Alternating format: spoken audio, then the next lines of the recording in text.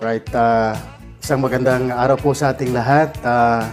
Dito po tayo sa NCRCOM office para sa ginawang command conference ng 1302 sa pangunguna ng ating Director, Colonel Raul Vigo. Sir, kuna lang kita ng konting pahayag.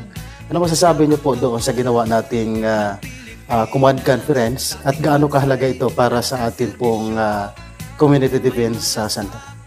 Una sa lahat ay magandang hapon o araw sa ating lahat.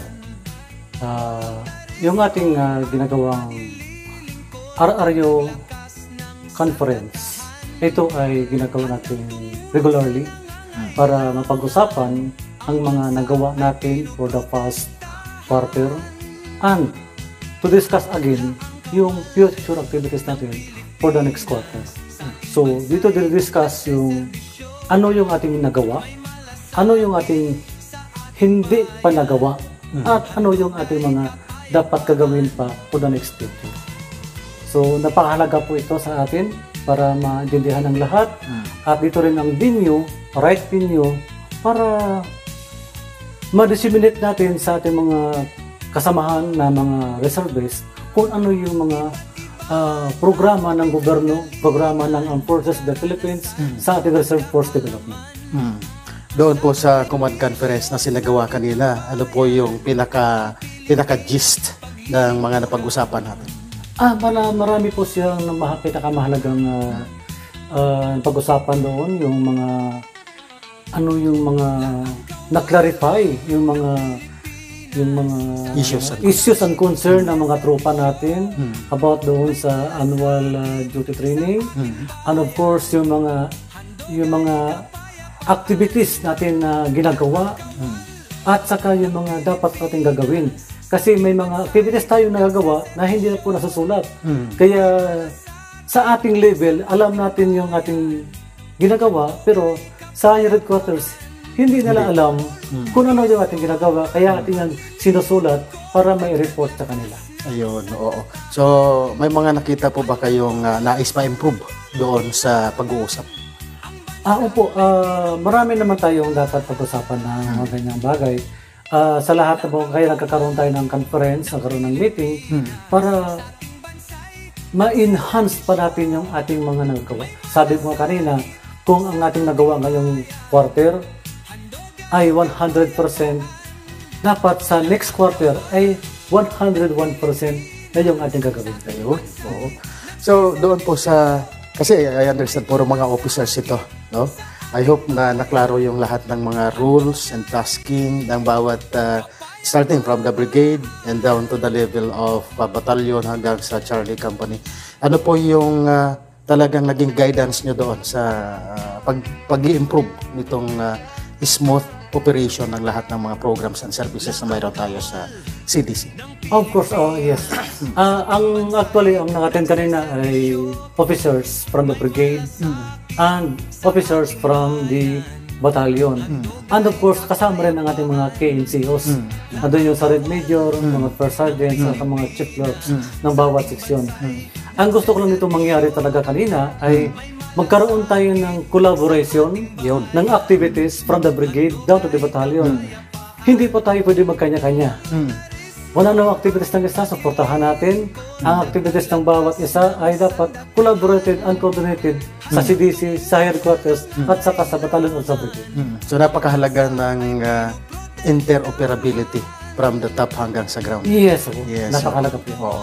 So ngayon sir, nagbabadya na yung pagpasok ng tag-ulan at iba pang mga kalamidad. So nasaan na po tayo sa paghahanda bilang mga reserve force ready to augment in times of disasters and calamities or emergencies?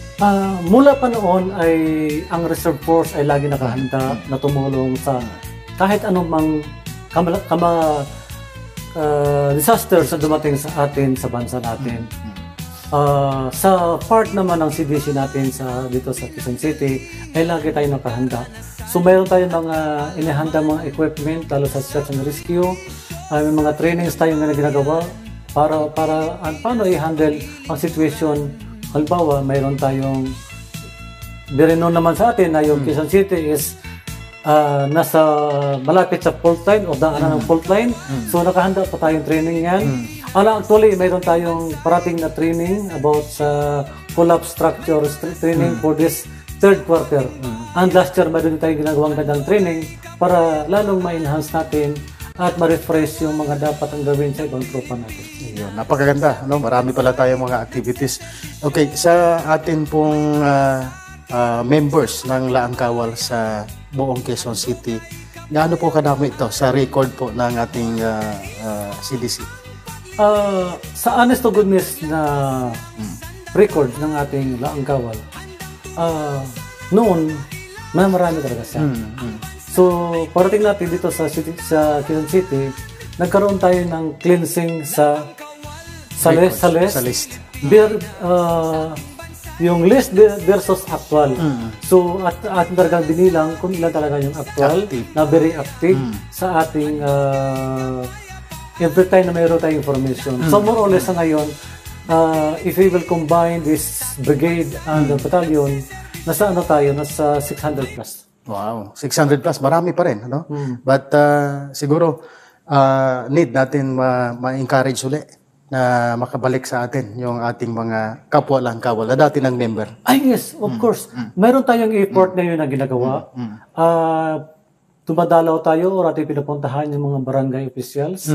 And then, nagsasolve tayo kung sino dito yung mga former reservist or graduate ng ROTC or BCMT na naglaylo na. So, we will ask the assistance of the barangay councils para i-assess tayo to convince these people na maging aktibo ulit sa Laang Kawal. Ayan. So, Director, sa mga nagnanais na maging bahagi ng Laang Kawal, ano po yung mga proseso na dapat pagdaanan at ano po ang dapat nilang gawin? And of course, ang una dyan na ating gawin ay yung, halimbawa ako si Laang Kawal, ang ating unang gawin ay gagawa ako ng sulat, may letter of intent, bakit ako papasok sa maging aktibo na Laang Kawal. Ano ba yung purpose ko? Of course, ating purpose ay to serve the country voluntarily. So, then talaga sa ating intent na I will voluntarily serve the country and the people. And then, of course, mayroon tayong mga hinahanap na mga orders, like enlistment orders, yung mga records mo dati, isubmit mo lang sa amin yan. Para i-check, double check namin yan kung talagang ikaw ay isang lehitimong reservist. Baka kasi mahirap din malusutan tayo na mayroon palang hindi talaga lehitimong membro ng reservist na kunwari strength siya. And of course, to ensure yung discipline. Pangalawa, yung mandatory namin hinahanap is yung clearances from the courts, just like NBI at saka police. Kasi ayaw natin magkaroon ng membro ng Laang Kawal na mayroong derogatory record. Baka mamaya ay ang kinalabasan ay mayroon tayong hinahawakang tao na mayroong mga criminal record. Of course, ating protektahan yung ating organisasyon na hindi tayo mahaluan ng mga ganyang mga tao. Sir, sa mga nagnanais maging reservist, ano po ang mensahe ninyo sa kanila? Sa lahat na mga gusto mag-reservist, welcome po kayo dati sa amin sa 13th and 2nd CDC dito sa Quezon City.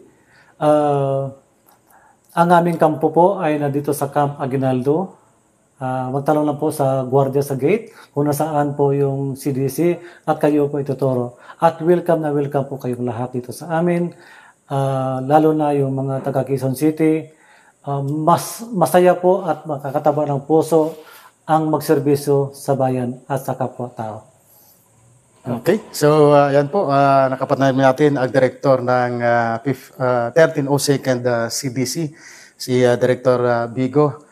At sa mga nagnanais maglingkod sa bayan, kayo po ay welcome sa amin. Muli, ako po si Bok Ricky, ang ating E7 dito sa brigade ng 1502nd. Maraming salamat at magandang araw.